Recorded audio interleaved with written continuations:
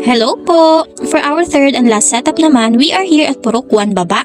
Ewan kung Purok 1 ba ito, pero malapit lang ito sa amin.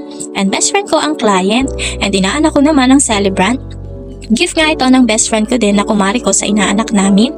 So since inaanak ko nga ito, friendly price lang ito pero medyo binongga ko na para gift ko na din.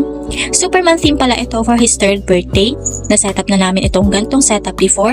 Spider-Man theme naman iyon. Then pinalitan lang ito ng Superman.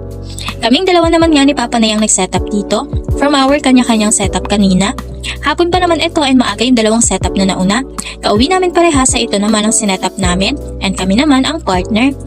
Ang bilis nga ng panahon na 3 years old na palang inaanak namin.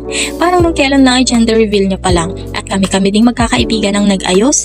Ngayon, 3 years old na nga ang aming baby Zion. Napakatalino at bibo pa. Happy birthday, Zion! After pala dito ay nag-pick up pa kami ng dalawang setup kaninang umaga. Kaya di din kami nakapag-stay dito. Di ko din na-meet yung ibang best friend namin na mga kumare at kumpare ko na. Anyways, after ng pick up namin sa pangalawang setup, bumalik kami dito kaso oras na, kaya di ko na naabutan yung ibang friends pa namin. Then after, umalis na kami ulit para mag-pick up ulit ng isa pang setup namin sa Dao. And here's the final look. Happy birthday again, baby Zion. Love ka ni Ninang so much. And hanggang dito na lang din po. Thank you po and bye-bye.